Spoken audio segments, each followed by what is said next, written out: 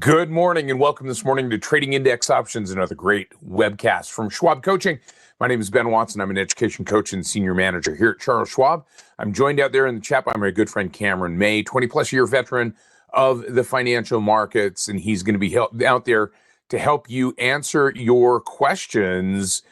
And as we've been talking about index options for the last few weeks, this has been kind of an interesting experience, learning a little bit more about index options and getting some of your questions and comments. So we're going to talk about some of these things today. We're going to talk about I have three goals for this discussion today. I want to take a look at one of the strategies that we've discussed, which is the idea of creating a regular series of index option vertical sales. And we'll talk about that, and we'll talk about the reasons for that. Number two, I want to look at what's going on in the overall market and see if we can track that using indexes. And number three, I want to talk about the fact that we're in the middle of earnings season and there's some movement going on with earnings. And so using movement in equities and translating that into what we might see on the indexes and index options. So we're going to jump into that. Thanks to all of you for being here. We appreciate you being here and joining us, whether you're in the live version or in the recorded session as well. Make sure that you participate in the conversation. Chat in questions and comments that you might have. If you're in the recorded session, leave those questions and comments in the comment section, and we'll respond to those. But a couple of quick housekeeping items today as we get started in this discussion. Remember that everything we talk about is simply for illustrative and educational purposes only, not a recommendation. Remember that equity and index options carry a high level of risk. They're not suitable for all investors. Make sure that you're aware of the characteristics and risks of standardized options before considering any option strategy. Remember that multiple leg option strategies will involve multiple commissions. Spread trading must be done in a margin account. We're going to be talking about technical analysis in this discussion as well, but remember that Schwab doesn't recommend the use of technical analysis as a sole means of investment research. It is theoretical in nature, as is any form of research, and nothing can guarantee what the market is going to do. We're going to be on the thinkorswim desktop software platform, specifically the paper money version. It's a great learning environment. However, it is not a guarantee of future success out there in the real world. Now, one thing to remember, anytime you are short an American-style option, there's the potential to be assigned early, up to and including expiration. When we're talking about European-style, as many index options are, then that early assignment risk is taken away because European-style options cannot be exercised until expiration. So we'll talk about that as well. Remember that investing involves risk, including the loss of principal. Make sure that you're aware of the characteristics of stop orders. When we talk about stop orders, remember that they don't guarantee a fill price, just allow us to specify the activation price. In the stop limit order, there is the potential to be gapped around and that order not fill at all. So let's jump into this discussion here and talk a little bit about where we're going. We'll talk about just a brief review of index options. We'll discuss some strategies. We'll look at examples on the thinkorswim platform. So what I'm going to do is I'm going to jump out to that thinkorswim platform right now, and we'll take a look at what's going on here in the market using three kind of broad market indexes. We're going to use the S&P 500 or the SPX. We're going to use the NDX, the NASDAQ, and we're going to use the RUT, the Russell 2000. So we'll kind of get a sense of what is going on today. And I'm going to show you Gina as we get into this discussion, because that is a very common question. Now, as I go out here to the thinkorswim platform, great reminder to click on that subscribe button down at the bottom of the page. And that way you're going to stay connected to the Trader Talks webcasts community. And you can participate in the chat. You can get updates on new content that drops. You can set up alerts, those types of things, and it's at no cost to you. So join us. Click on that subscribe button down at the bottom of the page if you have not done so already. But boy, I'll tell you what, the last time I was here, because I was out last week traveling, we were doing a live event in Seattle. We've got one coming up to actually Friday and Saturday of this week in Atlanta. Many of you have been to one of our live events. Some of you are planning on joining us. I'll give you the resource of where you can find those upcoming live events here in just a few minutes. But the last time I was here 2 weeks ago, we were watching the market kind of rally up towards this resistance level again, at least in the SPX, kind of bouncing off of that resistance right around the 6,000, 6,100 mark. We're now kind of coming back down into the range right around the 50-period simple moving average. In this case, kind of sitting right around that 6,000 mark. The index itself is at 6,026, the 50-period simple moving average at 59.96. So it's pretty close to that same level. And we can see what's going on today if we zoom in here a little bit. And I'll just kind of stretch this out a little bit so you can see it. But you can see that we saw yesterday a big move to the upside and now a little bit of a gap down and rally coming off of that 50-period moving average, acting potentially as a level of support. So here's kind of what we have. We've got a resistance overhead that's acted as that resistance once, maybe twice, 3 times if we go back here into the December timeframe. We've got an RSI that is climbing, but slowly. Nevertheless, it's making higher lows in this context. So we have higher lows on the price.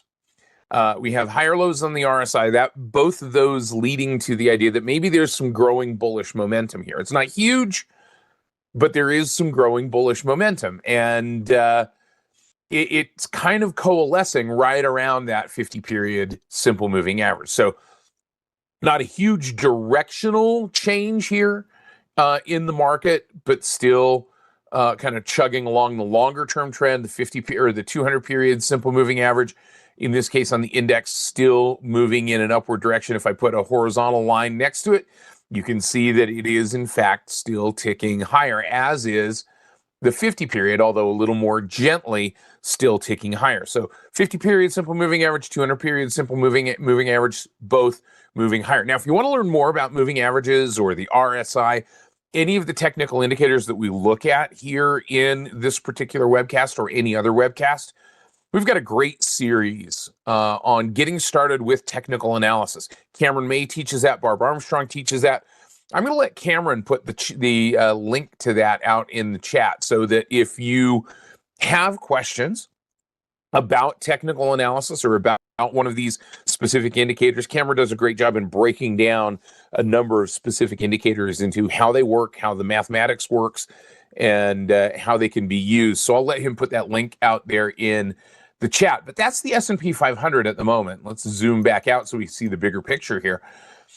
Nevertheless, you know, we're off of some of those all-time highs here in this particular index. And so maybe the news media and pundits make that out to be the market is tanking, right? The fact that we're off of those all-time highs. But nevertheless, 50-period, 200-periods, both moving to the upside. Let's take a look at the NASDAQ. And this is where maybe we're still seeing that, again, strength. Maybe not quite the same amount of strength in the RSI, the relative strength index, as we were seeing in the S&P 500. But as we're kind of seeing maybe, again, this little bit of a symmetrical triangle building itself up. And that's kind of the scenario that's been going on for the last quarter or so, is that we've seen these triangles where we'll get consolidation and then a breakout, consolidation and a breakout. And we're kind of knocking our heads up against that resistance level and that diagonal downtrend line. So similar scenario here, rally up, a little bit of a gap down and rally into kind of the midpoint of yesterday's candle, knocking its head on that diagonal resistance, coming up off of the 50-period moving average, in this case sitting right around 21,510, and the index, or the 50-period sitting at 21,342 at the moment. Now, that being the case, right, again, starting to see that momentum. We've got 3 stocks in the, actually 3 or 4 in the technology space. We've seen some of the Mag 7 stocks, Google, Apple, and others releasing earnings. But today we've got ARM Holdings, we've got Qualcomm, we've got Skyworks, so more specific semiconductor stocks individually that may be dragging down if we see some changes in their earnings. You know, there's some anticipation of some less than stellar numbers from these semiconductors. And so that tends to maybe weigh a little more heavily on the tech-heavy index like the NASDAQ.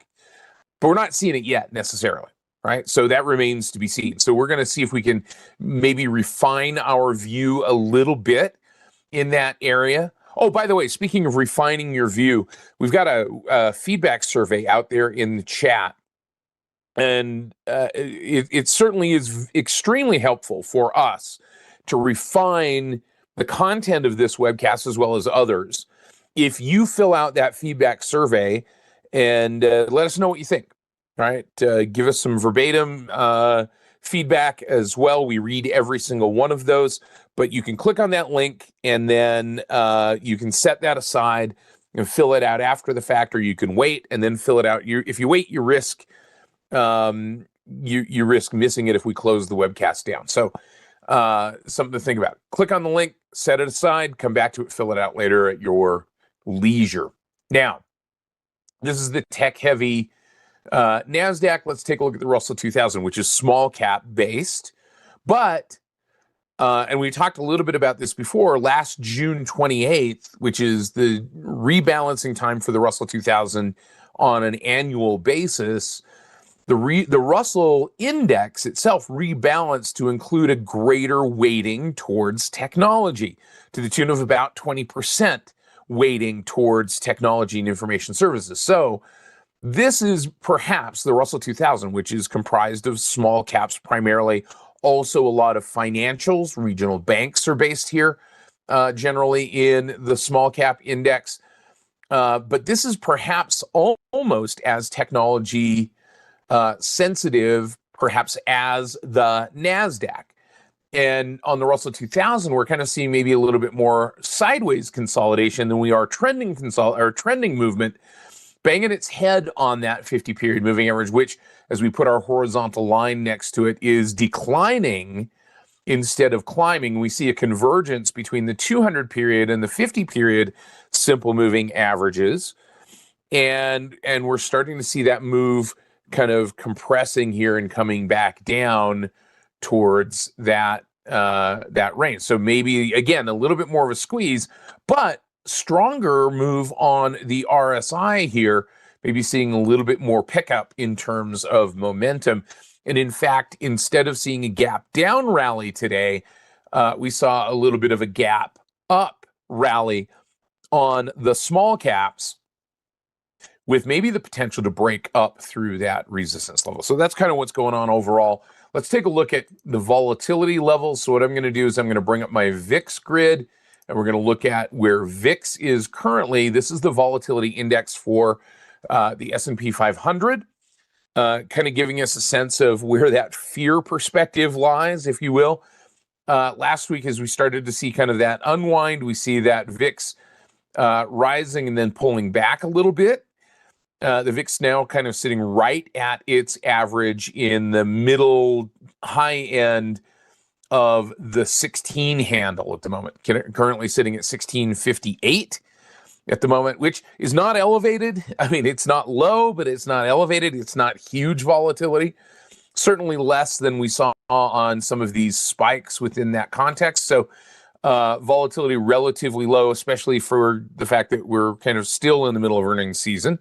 And we've got, tariff issues kind of swirling around in this broad miasma of this market as well. So some things to think about here from that perspective. Now, that's kind of our overall view here. So I want to do two things now from this point, now that we kind of have an understanding. I'm talking about index options specifically. One of the ideas that we talked about was the idea of using the SPX, kind of that overall broad upward churn, as a means to generate income on an ongoing basis. And sometimes we generate a little bit of income. Sometimes we may generate a lot of income. Sometimes we may generate no income, or we may lose a little bit. But the idea behind the strategy, and I love the fact that you guys are talking about it, this 2-week strategy. So the idea being that we sell 14 days till expiration vertical spread, and then we buy it back at 7 days, right? 7 days to go until expiration. And so we're doing that on Wednesdays because remember that the SPX, using that as our base index here, has daily expirations. So we're going to sell 14 days to go until expiration, and then we're going to buy that vertical spread back at 7 days. So capitalizing on a 1 week, typically volatility or directional movement. And so I did this last week while I was traveling. I closed one down and opened another one. Now, we can do this as a roll. You can do this individually. You don't have to do it together collectively as a roll. Remember that rolling, especially with a vertical spread, that means you're going to have 4 legs because you're closing 2 and opening 2. And so that may entail some substantial transaction costs, number 1. And number 2, remember that rolling isn't a magic wand. It doesn't eliminate those transaction costs. And it also depends on the fact that you've got liquid options in the target expiration or to the target strikes. So that's something to pay attention to in this context. And just again, a quick reminder. But here's where we are. So, we've done this a little bit. We're now in this would be the 3rd iteration of this particular strategy since we talked about it. But we sold this vertical spread for $2.70 for the vertical spread. This was the 12 Feb expiration. Long the 59.15 put and short the 59.25 put. The index itself is currently sitting at, as we looked at before, 60.27, so it's still moving higher. But in the middle of that, we ran into that downdraft on the market. And so, if we're selling a vertical spread and we're selling a short put vertical in this particular circumstance, it's going to be subject to the pricing. But again, we're going to move things around as necessary. We're going to use a couple of different ways to select those strikes, but we're going to make this, in this particular case, somewhat systematic. And again, when we talk about systematic, that doesn't mean that some traders would follow this, in a blind manner. And that's never a good idea to just simply follow any trading system without putting some contextual information to it, without putting some thought into the process, and some reasoning and consideration. So think about this. We sold this vertical spread for $2.70. Right now it's trading for about $1.80. So we've got almost, in this particular case, depending on where this fills, if we were to close this down, and you can see that it's moving around as the market moves, as the market maybe pulls back off of that resistance level that we were looking at before. This is getting a little bit more expensive. The thought process is we could close this down at this point and realize potentially 95 cents or $1 worth of gain for that 1 week period that we basically held this vertical spread, right? And we can see where that is right here in terms of the P&L since we accomplish this roll. So this is incremental potential income. So what we're going to do is we're going to look at closing this down, and then we're going to initiate another one. All right. So we could do it as a roll. I'm going to do it separately just so that we don't get into that thought process of this is just by rote that we're doing this again and again and again. We want to put some thought process into this. So I'm going to right click, create a closing order, and we're going to buy back that vertical spread, right? We're going to buy back that vertical spread. And we're going to try to get this. We'll try to work this order a little bit. We'll try to get this for $1.80, which is $1 off of what we brought in to begin with. So we're going to buy it back for about $1.80, theoretically collecting $1 in the trade. And we're going to go confirm and send, read through the order, make sure that we're aware of the characteristics, make sure that we're closing this order down. Because remember, we're dealing with 2 legs here that we're closing down. So we got to suffer the bid-ask spread of both of those. And again, that's one of the reasons why we're doing this in a very liquid index. And we're going to put it in our index options weekly group. And we're going to go ahead and click on send. And we'll fire that order off and see if we can get that to close. Now, and we did. We got $1.80 for it, or we got it for $1.80. Bought it back for $1.80. We sold it originally for $2.70. So we're about $1 on that trade. Now, let's go to our charts tab. And let's go to our index grid that we created, which was our index options grid, which also had this probability of expiring cone, right? Now, we could use XSP. Absolutely. We could use XSP. And if we go back to our monitor tab, I think we had a position on XSP as well. 16 days to go until expiration. This is a long put. We bought it for $11.15. It's now trading at $5.90. So it's lost about half of what its original value was. That may be a point at which we would take this particular trade off. So we'll come back to that one in just 1 second. Thanks, Paul, for asking. We'll come back to that and we'll take a look at it. But we're going to look at XSP here, or excuse me, SPX in this particular case. We're going to go to the trade tab so that we know when our 14 days to go until expiration cycle is, and that's the 19th of February. So what I'm going to do, I'm going to come back to that chart tab, and I'm going to say, all right, we want to go out to the 19th of February, and we can see that our probability of expiring cone, which is one standard deviation, this is a one standard deviation range, puts us right at about the 58.36 level. Now, theoretically, that should be right about the 30-cent delta. Typically, 30-cent delta is going to concur with about the one standard deviation range. And that says, okay, this is the area inside this cone. That's the area within one standard deviation that the price of this index is likely to be in that period of time out to that expiration, the Feb 19 expiration. So 58.35 is kind of our mark that we're going to use here. And we could use a number of different ways, but we're going to go 58.35. I'm just going to draw a quick line there just to denote that and see where that is. And you can see that that's maybe shifted down a little bit from where we were before in looking at this, but that 58.39 or 58.35 range is right there. So what I'm going to do is I'm going to come back to our trade tab. We're going to open up this expiration, and we're going to go to put the put here, or the put side here. Here's our 58.35, and in fact, it's about the 15-cent delta. So I mean, that suggests, number one, that volatility is relatively low in the current in this expiration that we're looking at, right? That 58.35 is at about the 15-cent delta. If we were to go to the 30-cent delta, we're at 59.40, and that's a little bit more expensive, a little bit higher implied volatility at that point. But if we were to go to that 58.35, so what we might do in this particular case is look at selling the 58.35 and buying the 58.25, and let's see what kind of credit we get. We get about $1.10 credit. That again is an indication of the fact that we're seeing decreased implied volatility. That's why we looked at the VIX. We're not bringing in as much credit. But remember, we just collected $1 of premium, right?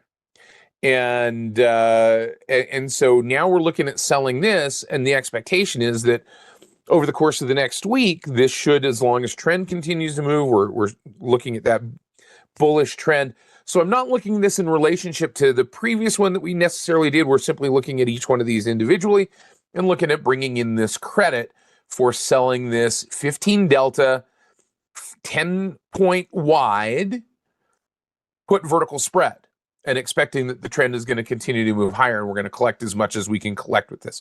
So how did I determine one standard deviation? I'll show you here in just a second. So we'll go to confirm and send. We'll read through this order, make sure that we're aware this is to open, and we're going to bring in $1.10, $110 max theoretical gain.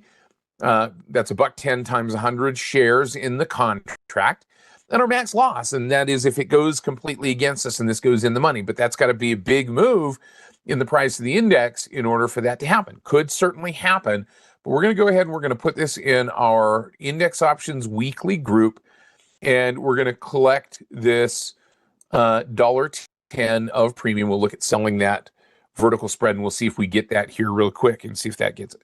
So how did we determine one standard deviation? So I went to the chart, and I put on the chart, let me just make this one bigger. in this case. I put on the chart this probability of expiring cone.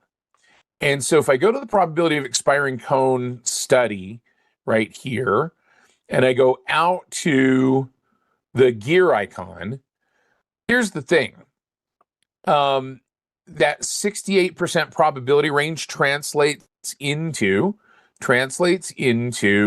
one standard deviation, right? This is a one standard deviation curve based on current implied volatility. So that's where I get that one standard deviation. Sandeep, why 15 delta? Because that's where it crossed, that's where that strike price crossed that line, right? So go ahead and cancel that. So we went out to 219, and at 58.25 is where price would cross that one standard deviation line right there. Okay, and look, we just sold it for $1.10. So now we have collected $1.10. The idea now being that we will close this one down when it gets to 7 days to go until expiration, which is going to be next Wednesday. So we're going to go to the trade tab, and we're going to say, look, this is when we're going to close that one day down, which is going to be, if we look at next Wednesday, that's going to be the 12th, right? That's going to be the 12th. No, it's not. 14. What's the calendar? Let's go to the calendar. Crying out loud. All right. So we're Wednesday, September 5th. Oh, it is going to be the 12th. You're right. It is going to be the 12th. Okay.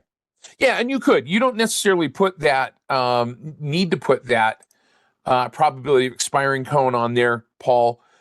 You could just assume a delta of about 15, and that's fine too. Yeah, it is the 12th. So that's going to be our 7 days to go until expiration. Okay. That's a good question, Alan. And this is going to be reflective of that, because that plus minus. So the question was this: how does the standard deviation probability cone reflect or compare to the plus minus or expected movement? So let's look at it. So here's 19 Feb, 14 days to go until expiration. And we look at that 15% implied volatility that says $1 or 146 points plus or minus from where it is right now. So let's grab our calculator and let's say, all right, 60.26 minus, what's our range? 146 in potential movement, 58.80. So it's off a little bit. They're going to be a little bit different, but it's going to be pretty close. We were at 58.35 on that strike price. So that's one way to look at that. All right. So that's the second thing that I wanted to accomplish here. The third thing that I want to accomplish in this discussion is, I know, right?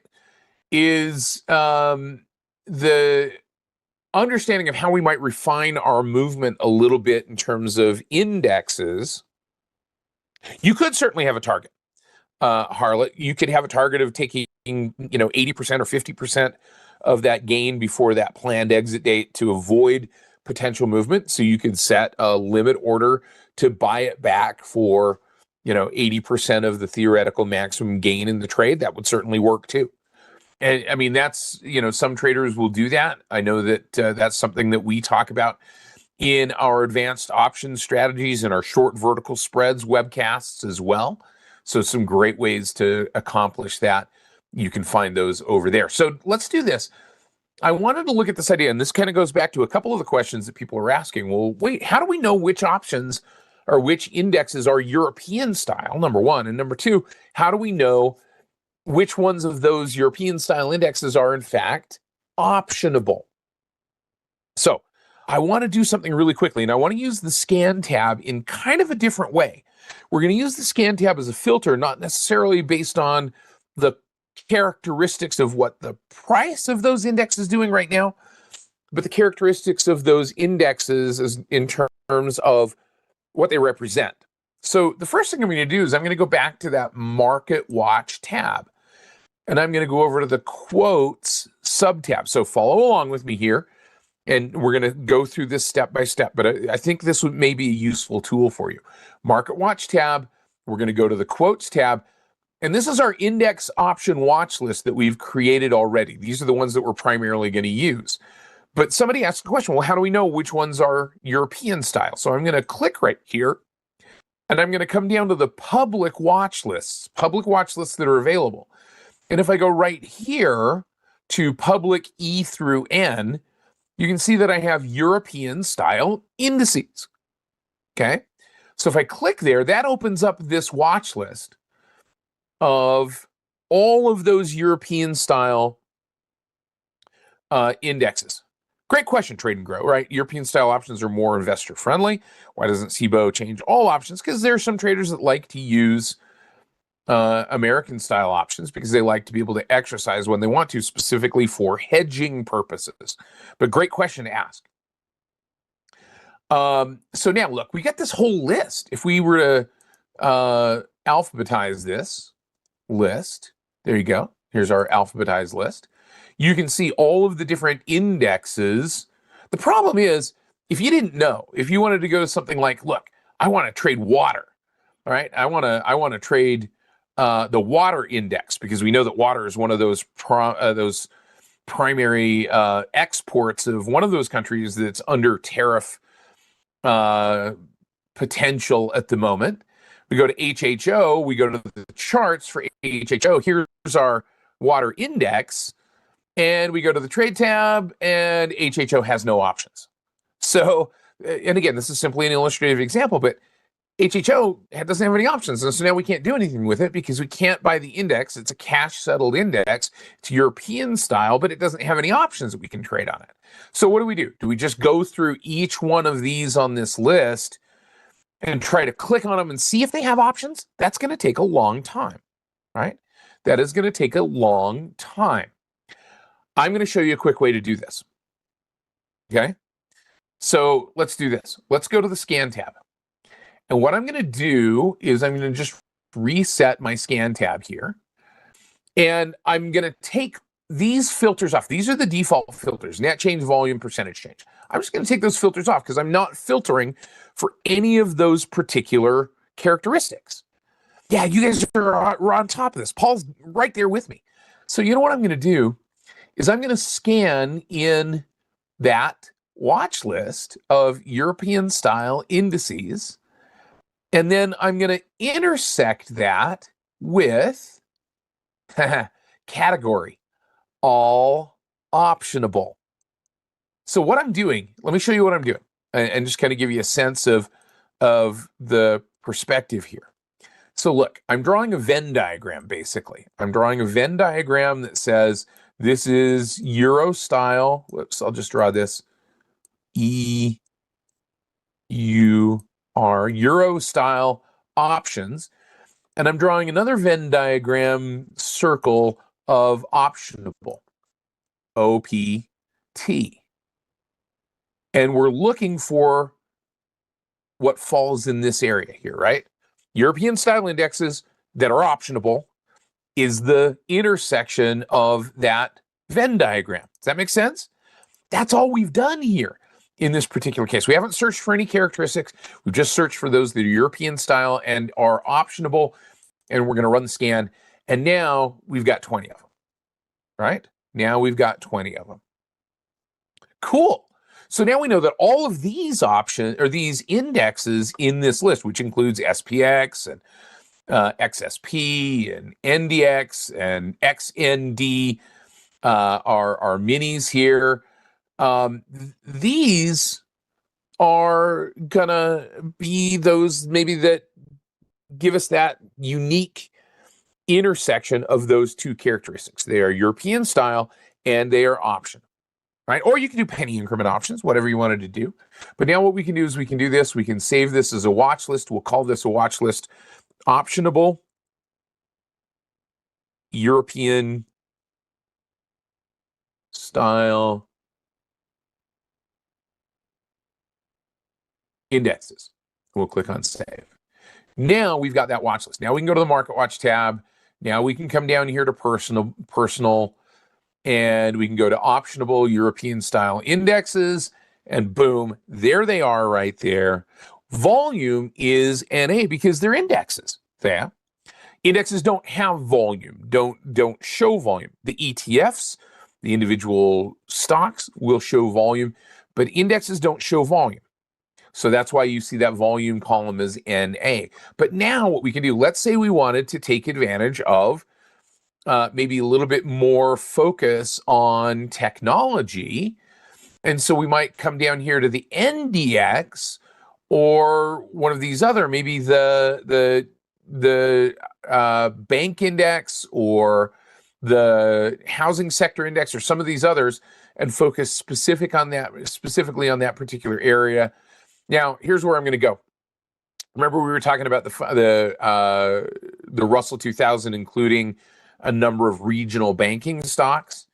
So I'm going to come right down here to the BKX, which is the NASDAQ. So technology-based index, NASDAQ banking index. That's going to be perhaps a number of those regional banks. We're going to click on that. We're going to go to the charts, and we're going to pop this grid back here and go back to restore cells. And here's our BKX. And you can see the strong upward performance of the BKX, not today necessarily, but that brings up a great question. What about open interest? So we got to scan this maybe a little bit deeper. We go to the trade tab and we look for these options. And remember, we talked about the characteristics of AM settled index options, that they settle based on the print the next morning of the components of the index, so that there is overnight risk. So we're going to look for an expiration, in this particular case, the 31 March expiration, which is not AM settled. And we want to look at the width of the bid-ask spread. So here's the thing, right? Here's the thing. These are not very liquid. They don't have a lot of liquidity here. And so we might say, all right, fine, I had to do a little more digging, but I realized that maybe this is something that a trader would stay away from simply because of the width of those bid-ask spreads. Now, RG, you would think that if it says European style index, doesn't that imply that they have options? And unfortunately, that is not the case. We would like that to be, but it is in fact not the case. So that's kind of what we're doing with that, kind of with scanning down through that list. So let's do this. Let's kind of come back down to one of these. And this is this is kind of where, again, we might look at something like say, for instance, the XDC, and track the performance of the Canadian dollar and do it with an index as opposed to a futures contract or a Forex pair. So we can come over here to the chart. There's the XDC, and we can see that move that the Canadian dollar made down to that 27-year low, and then rallying back up, and we see the continuation of that rally and maybe a little bit of a break above this horizontal resistance level. So what we might look at doing is, in this particular case, with implied volatility a little bit lower and some upward momentum, we might go to the trade tab and look at going long, right? And look at going long an option here to track that upward performance and see if that happens, right? So it says, well, first we need to get a handle on trading U.S. indices before running with European style. European style doesn't refer to the fact that they are European indexes, right? Or that they're tracking European markets. European style just simply says that they are not exercisable until the options on those indexes are not exercisable until expiration, right? But you can see that they track a variety of different markets. So what we might do is go out here to the 21 March and look at buying. And these bid-ask spreads are not terribly wide. We might go in a strike price here to that 69 strike and simply go long, or we might create a long call vertical looking for upward movement. And that might be a better way to do this in terms of the context of the cost of that option and the width of the spread here. But we might buy the 69 strike in this case. You can see some movement happening already. Buy the 69 and we'll sell the 71. So we're looking for upward movement. This is a long vertical spread. It's going to cost us a little bit to get into that trade, but our potential maximum gain here is Oh, you know what I did? I did that wrong. Let's just do this again because I had already put that other trade in.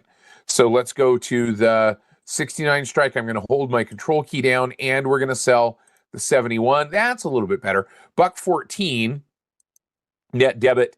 So $86 max gain against $1.14 or $114 potential loss. So what would have to happen is it would have to come back.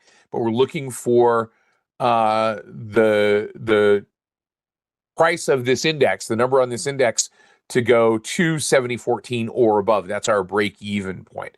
And the index right now is sitting right about 69 or 70. So it doesn't have to move that much for us to get to break even. We're going to go ahead and we're going to put this in our index options group. We're going to go ahead and click on send and make sure that we're aware of all of the characteristics of that trade. We're going to look for that to get filled. Now, we may have to work that a little bit, right? All right. So what I'm going to do is I'm going to come back over here to the scan tab, and I'm going to just take this and we'll save this scan just so that we can share this to everybody. I'm going to go save scan query, and we'll call this Euro options index filter, and we'll click on save, and I'll come back down here and we will share that, and I'm going to go ahead and share that in the chat. Remember that any shared items are not guaranteed as to time or accuracy. I will also put that in the description page for the webcast in the event that you were watching this in the recorded version. Right? So, doesn't seem to be a lot of liquidity there, but we'll see how that works, and we'll look at that as a possibility. But again, your mileage might vary when it comes to liquidity, something to pay attention to. But we'll see where we are. XSP, and that might be a time to close that one down, but we're looking at that one filling right there, and then we moved into our new vertical. We're already up 10 cents, 15 cents on that 14 to 7 short put vertical strategy that we talked about. So, guys, let me show you some resources real quick before we go. If you want to learn a little bit more about index options, a great place to do that is right here in the Trader Talks webcast page. Just search for index options. If you want to learn about where our live in-person events are, come to schwab.com/coaching and then select in-person events. You're going to see right here, we're going to be in Atlanta this weekend. We're going to be in Scottsdale in March. We're going to be in Chicago with our Advanced Options Strategies workshop on March 21st and 22nd. Then we're going to be in Detroit, and then we're going to be in Dallas, and then we're going to be in Denver. So we're going to have a lot of time, a lot of opportunities. By the way, make sure you click on that feedback survey. It's in the top of the chat there. My thanks to Cameron May for helping out. My thanks, of course, also to our production staff for helping to bring these webcasts. Guys, we'll see you. Have a great week, and we'll see you next week. Take care, everybody. Bye-bye.